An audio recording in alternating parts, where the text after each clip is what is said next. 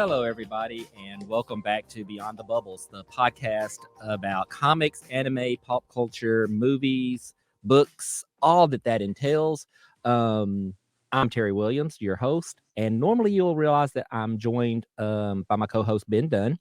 He isn't with me today, but today I have a special guest, the lovely, multi-talented author DC Gomez. How are you today? I'm wonderful. How are you, darling? I am good. I am good. I'm good. Little history of how I met DC. I think it was Baytown, correct? At the Mhm.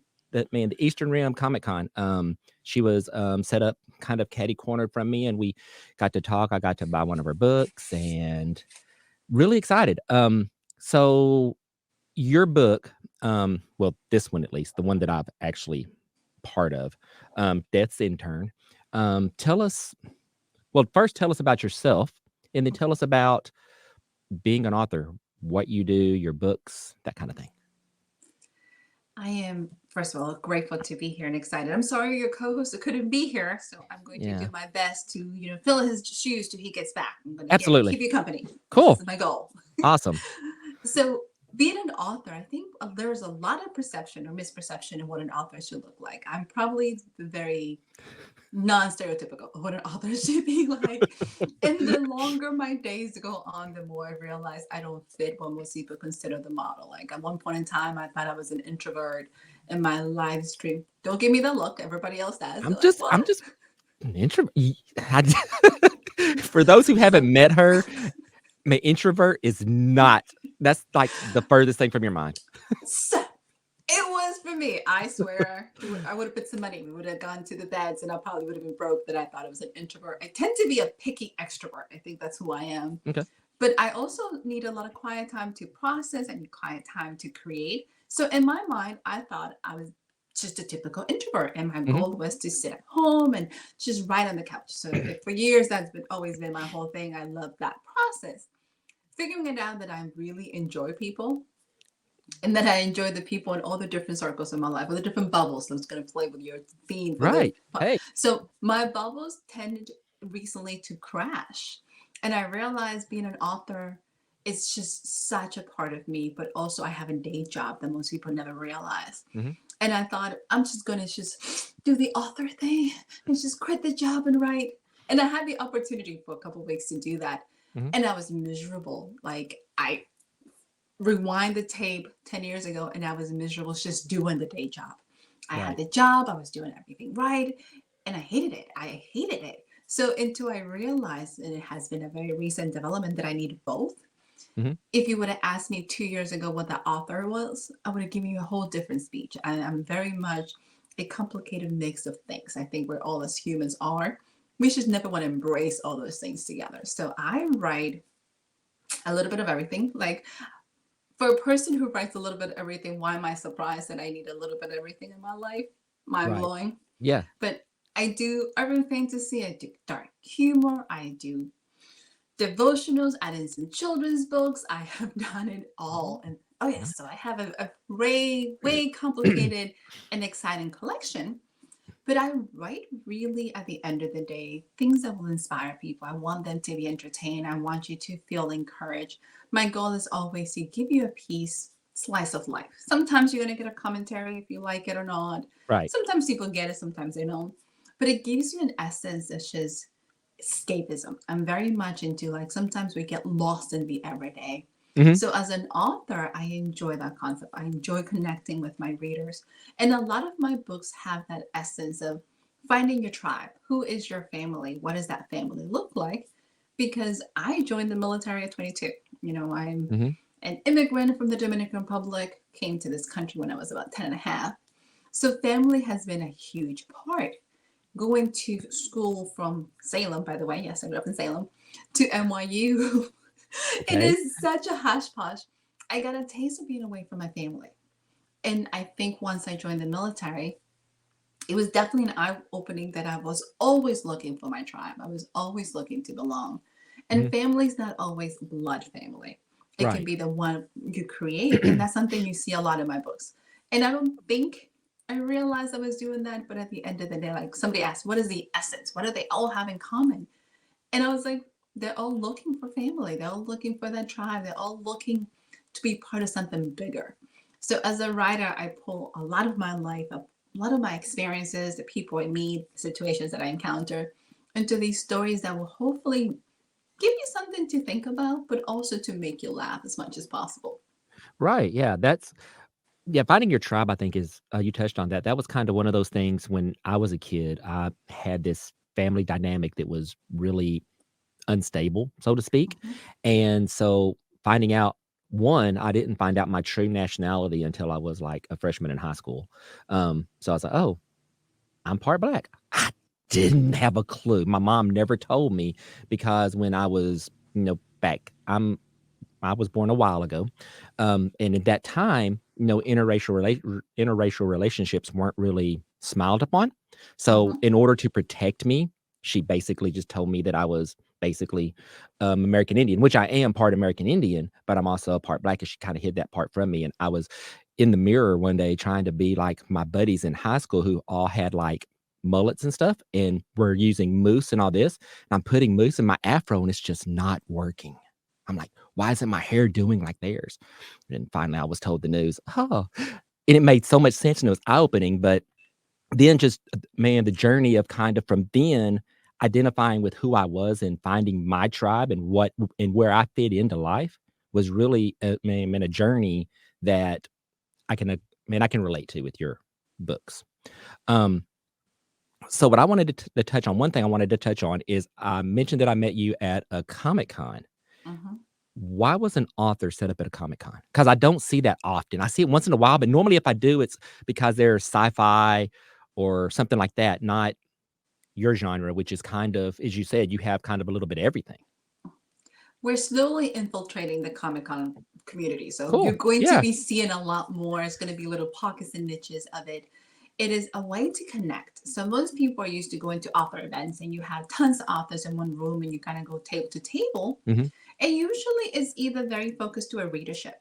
One of the things that I realized when I first started writing, well, when I first started publishing, Mhm. the first event that I signed up was a Comic Con in my town. It was tiny, but it was really exciting. I got to meet a much bigger author. He's like, by the way, you should go to Comic Palooza. I should have asked some questions because when you're a newbie author with 2 books, Comic Palooza might not be the one you should jump into. I didn't know Or any better. I didn't know any better. why not? Yeah, Just that's kind of the do catch. it. Just do it. I connected with that tribe. I Mhm. connected with a group of people because you have so many diverse backgrounds, you have so many diverse interests. And the fun thing about it is because I write urban fantasy, you get a little bit of everything. You know, you can get anybody stopping by, which was funny because as a couple cons, I have people stop by because they like my shirts, because I have Reaper shirts, and they'll stop. It's like, I like the shirt. And then you're Yes. going, what is it about? So Mhm. conversations open up in the strangest way. We are definitely looking to how do you connect with people and where do you find these people? Right. Anytime you have a huge event where people are just walking by, you'd be surprised who might pick up that book.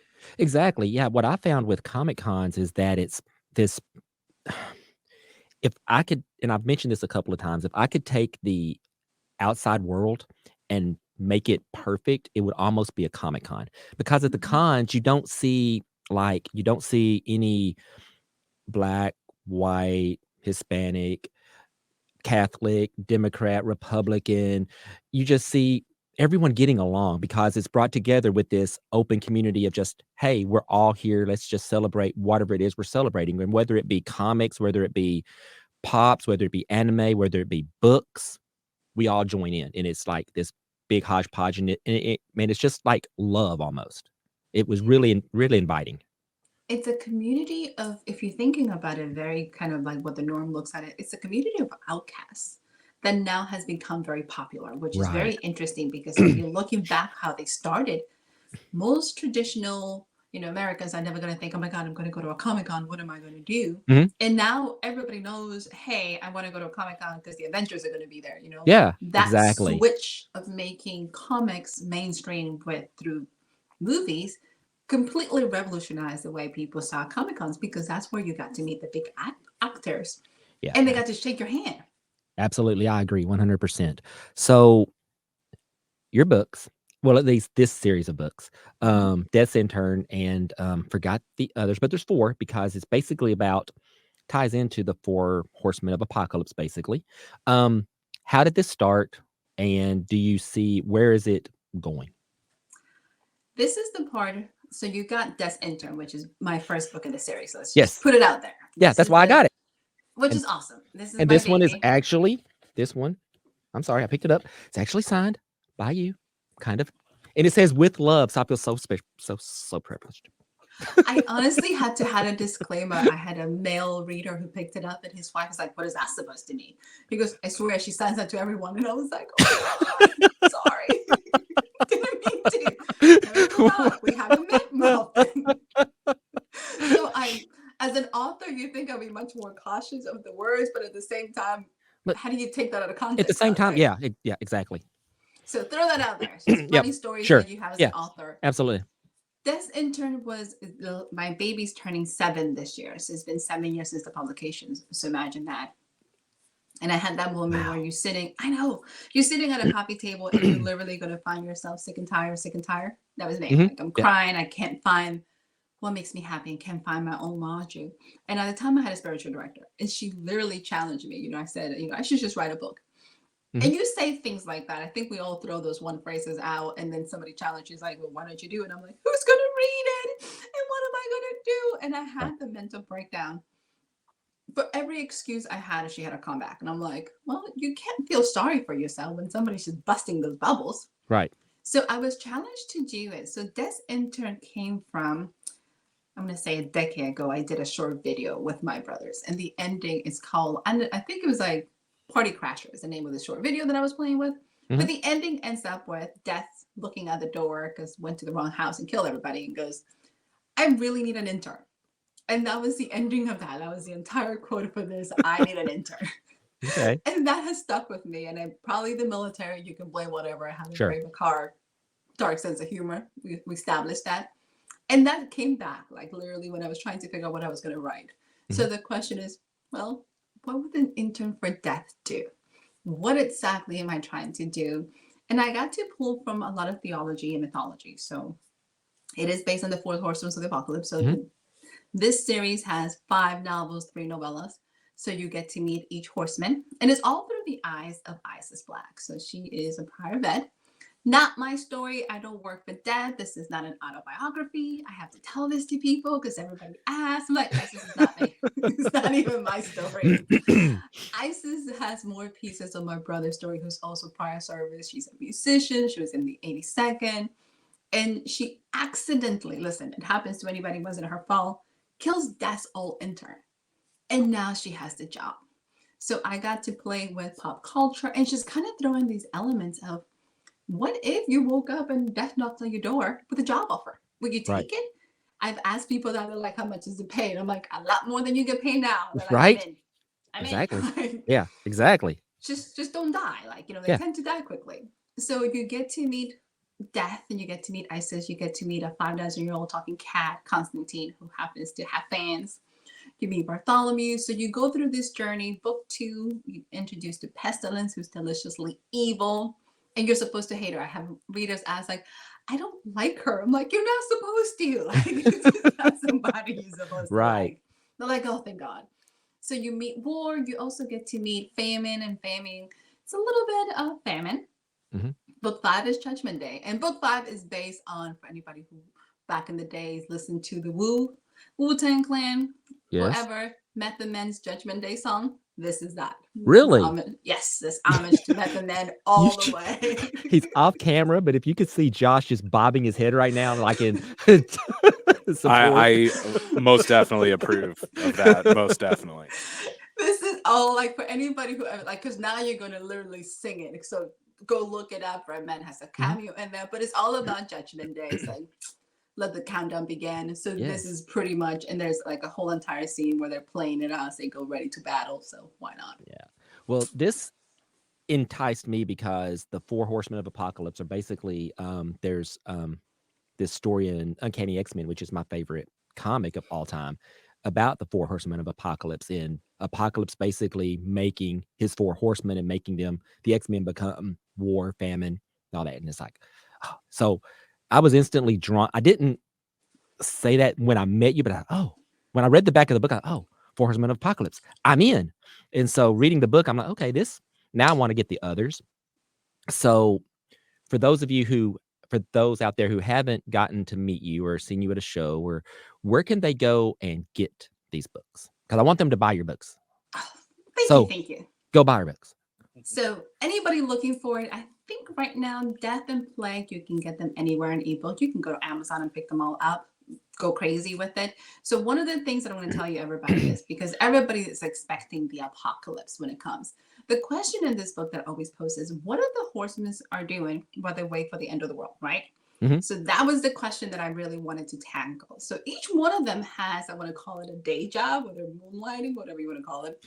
And the only good one of the four happens to be Death. So Death and the siblings happen to be Death is the only decent one here who's not trying to kill humanity. Everybody else is on a mission to see how well we can destroy it. So Death, as we say in the book, is in the soul business. Wherever you think your soul is going to go, that's when Death is going to drop you off. And Death appears in whatever form you think. So for Isis, Death happens to look like J-Lo, who's her dead mother. So you get a fancy J-Lo walking the door. Some people get the Green Reaper. Some people get, Satan himself. Whatever that means to you is what you're going to get.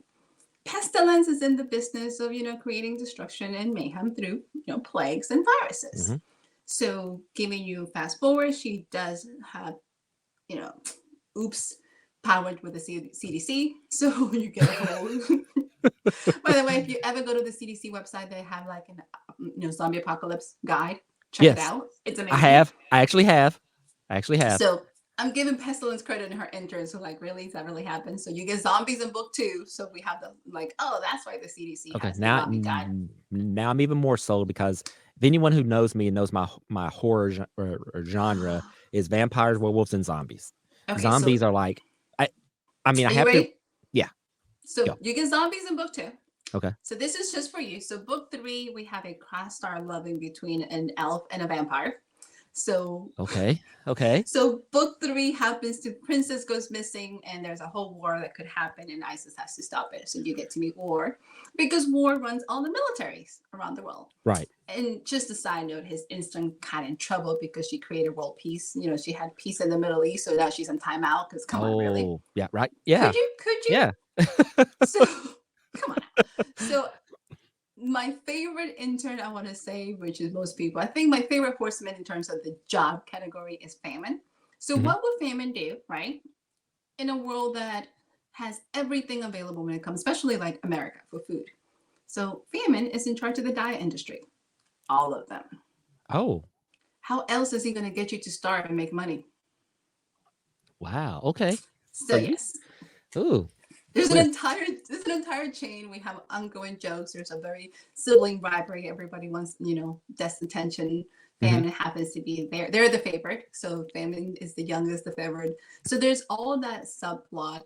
And then in book 5 happens to be like, if they ever get together, the apocalypse is coming. So Constantine keeps calling the family reunion that we don't want to get invited to. Right. Cool. Man. So, okay. So we've broached this series. What else are you? I know you mentioned children's books. So, yes, urban fantasy, it's all going to take place in what we call the Reaper's universe, which is Isis's world. So every urban fantasy that you see coming from me is going to be in the same setting. So there's always going to be mention to Isis. There's always going to be mention to Constantine. Constantine tends to have more money than God and rules everything. So he is the ultimate kind of guide through all of the series. Okay. So there is a side story that came out of this one that is called The Oldest Assassin, because without giving too much away, they were betrayed. So Eric, who happened to be one of the side characters, is on a search for the traitor. So he's on a mission to that. So you have that series going.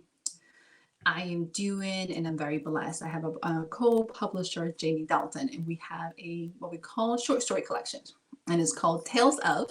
For anybody who's seen Tales from the Crypt, this is a whole homage to that.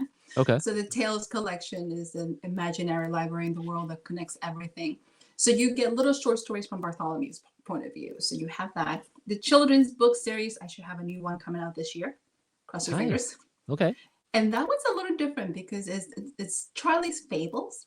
And it's specifically designed to help little one figure out who they're good at, what they're good at. Book one is Charlie, What's Your Talent? Book two is Charlie, Dare to Dream. The new one is, Charlie and the Power of Imagination. And they're specifically designed to take little ones through a very much process of saying, they're dedicating to my nephews because I don't need you to be 35 and figure out if you have any talent. So this is that series to help little ones and their parents open those doors of communications and get them talking about, what do you think, a disability is? What do you think a talent is? How do we get you talking about those things? Oh, very interesting. I like that. I like that a lot because I have grandkids and they're all, well, my oldest is he's he's a mini me. He's quite nerdy and reads and likes all that random stuff. And so getting him talking about things, it goes down rabbit holes that I never would have thought, but seeing things or hearing things from his perspective is always so enlightening in that, oh, I didn't look at it that way, but it's very basic, but it makes so much sense when you look at it as an adult. I look at it as Jackson looks at it. I'm like, oh, makes sense. So that's really cool. So do all of your books kind of have the same universe? Basically, they're all kind of within No, your not at no? all. No? Okay. I made this weird mistake of deciding that years ago I wanted to have a romance story, right? So Okay. you gotta have to follow along this path with me. So I was coming from a romance convention. I have all the reapers and the magic, and everybody else is pink and like flowery stuff. I was like, one of these things is not belonging. This is set. Me. So I'm Right. like, I'm gonna write a romance. So I had this idea, this 5-hour drive, that I was gonna have a second chance. Woman gets left behind and she finds herself and becomes empowered. Somehow the book did not turn out like that. So I have a depressed cat lady, right? Still fairly one, but she becomes an arms dealer. So, oops. Terry, that look is perfect. Okay. So I was just kind of thinking this and the romance is where? Yeah, no, Yeah. no, Yeah. Okay. no, no. But We don't okay, have but we go back, but it goes back to your it's personality and your view and your it's a so really dark, fun comedy. It's very much, it has a lot of empowerment. It has a lot of women's love. It has a lot of villages coming together. It just doesn't have the happily ever after that most romance have. Like there's a guy right. interest somewhere. Okay. But Okay. yeah, Cool. no. So So are we sure these aren't autobiography? this one, I've been asked that so many times. I have one cat. One literally for the longest time. Recently getting married But and at here no comes my point cat. in that explanation did you ever deny the arms dealing? You know, one of my proofers asked, like, do you know this much about guns, or is there research? I'm like, definitely research, because there's a lot of gun preference in this Yeah. book. So yes, it's Yeah. super fun. So do you So call no, up oh, I'm sorry. Go ahead. you were asking. No, this one does not take place in the Reapers universe. Okay, It cool. does takes place in a small town in Texas that's made up because it needed to be itty bitty to fit its Right. premise. But yeah, no. So you're obviously ex-military. Does your background in military play into your writing a lot? It does, and I also have to be careful. Like I initially had a couple of editors who, especially for ISIS, because I'm pulling a lot from the military and her Mhm. background, that some of the things I write, they're like, that doesn't make sense. I was like, you can't change it. Like this is what it's supposed to flow as because it's in the army. Right. So it might not make sense to a civilian. So I found myself having to correct my editors with like, hey, this doesn't flow. It's like, hey, it doesn't matter. Like it's not going to make sense Right. if you take it out of the context. So I find myself pulling from it. I also give myself more liberty when it comes to humor than most Yes. people do because I Yes. think it's funny. Yeah. We've all been through some things in our lives and we've been through very dark places. So I did not realize until I was like literally made aware that like Cat Lady starts like in the middle of a suicide. Like she is contemplating suicide, hmm and it's very much one of those dark times. And yet it's humor in it because she's literally like, do I pick the bullets? Do I pick the pills? And she's like, that's it. I'm giving the cats the pills and I'm taking the bullets. And the cats run away. And she's like, wait until you end up in the pond. And everybody's Yeah. like, really? I was like, I we've all love the been. darkness. It's very dark. It doesn't come with. It comes with tons of disclaimer when it comes to that. But I see the world from that perspective. You can Yeah. look at the dark and get lost in the sorrow. Or you can look at it and say, there is always something that's going to be amusing out of it. And you can Absolutely. find light in it. And she found her own self. She realized, I have nothing to lose. Why not take a leap? Yep. I absolutely believe those are words to live by. And I actually try to live that way. And there's humor in everything. Mm-hmm. I laugh at to me, there's a lot of things that I find humorous that other people kind of look at me kind of weird about.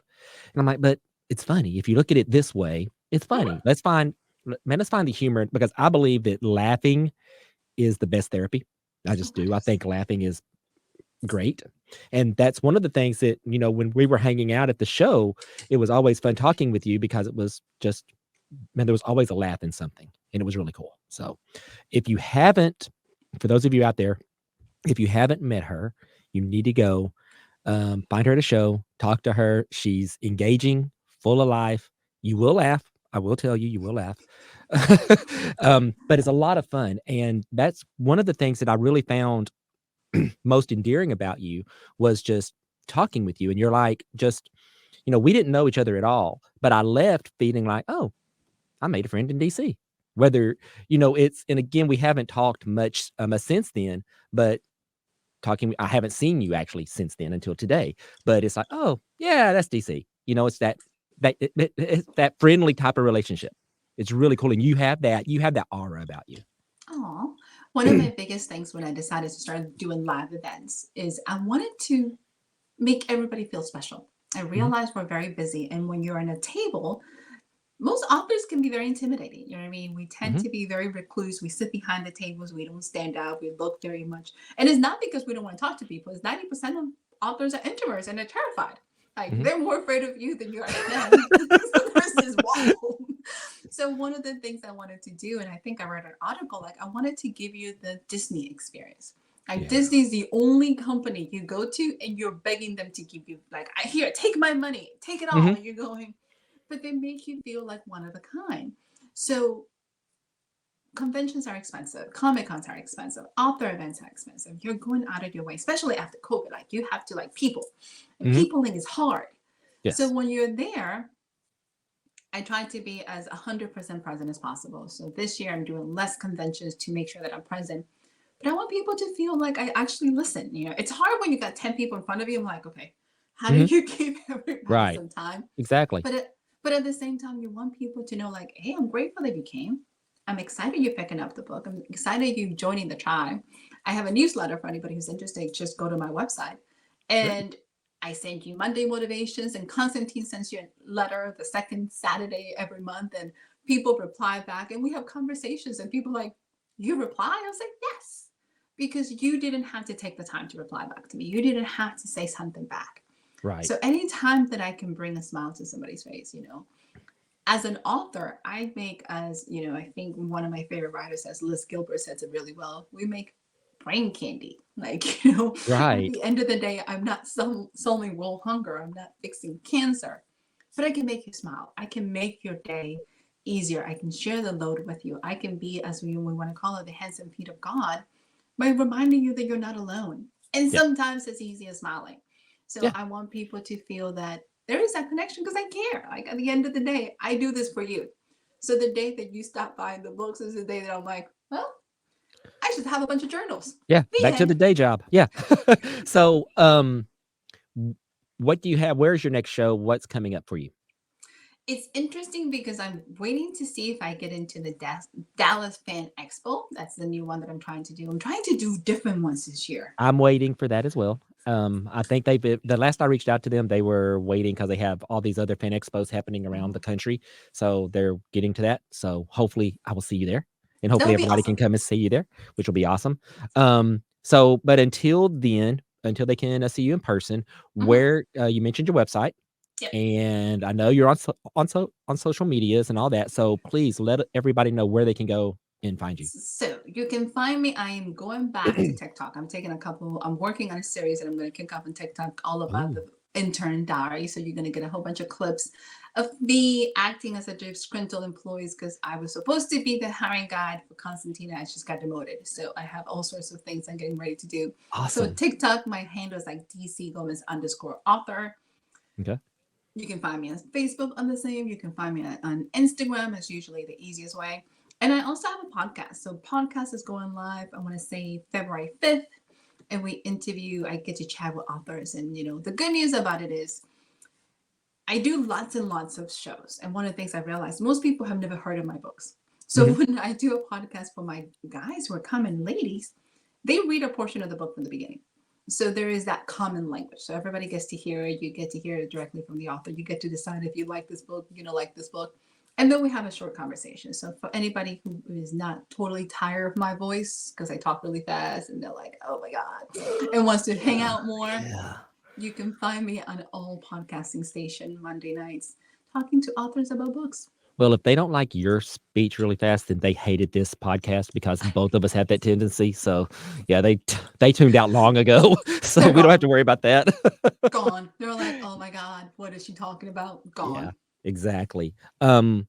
It's such a pleasure to meet you. I mean, to see you again, actually. Not meet you, but it was a pleasure meeting you back in the summer. Um, love what you're doing. I love the work. Again, this podcast is about anime, pop culture, comics, all that kind of stuff, authors as well. And I love helping to promote people that I enjoy. And you are one of those. It was great. I got to go get the rest of them. The other four now, so I've got more money to spend, but it's worth it because again, I'm a voracious reader. Normally, it's comics, but I have read like if I am reading something, it's typically like Walking Dead novels, now interns. So Go check yeah, out Clegg Unleash. I think you're gonna like it. You can check out my Etsy store. You can buy them directly from me. I forgot about that. I do have an Etsy store. Who would have thought? I Etsy store. know. Okay, Go check out Etsy. Etsy store. Is it just DC Gomez? How do we find you there? Yeah, Okay. it's just DC. I'm not that creative when it comes to names, so just gonna put it out there. I just don't have enough time to As come up long with as it. it's easy to find and Yeah, I people can go know. find it, because hopefully, a couple will go and find it and reach out to you and say, "Hey, I read your book, and it was If it, amazing." make, if it makes you feel Ma- better, there's a Oh, link to my Etsy store from my website. I remember that much. even better. See? See? And the website is what again? Once again, because I'm super creative about these names. dcgomez-author.com. Super creative. I worked on this So all as long as day. we remember DC Gomez author, we can find you. Pretty much. Okay. Literally. Because I Simple. worked on Hey, this all day. but that's great. That's simple. It's easy. We Yeah. can find you. That's great. So, again, thank you for joining me today. It was a pleasure, as always. Love to have you back sometime. Let me know. When absolutely, this was fun. Thank you so much, Thank you, sweetie. folks. This was another episode of Beyond the Bubbles, the podcast about comics, anime, pop culture, authors, books, movies. All that entails is a huge genre. I'm trying to get all into it. Um, and special thanks to DC Gomez author. Just Google that, and I'm sure you'll find her everywhere. But please, again, thank you again. It was a pleasure, as always. Truly an honor. Thank you, sweetie. Thank you. Bye bye. Bye.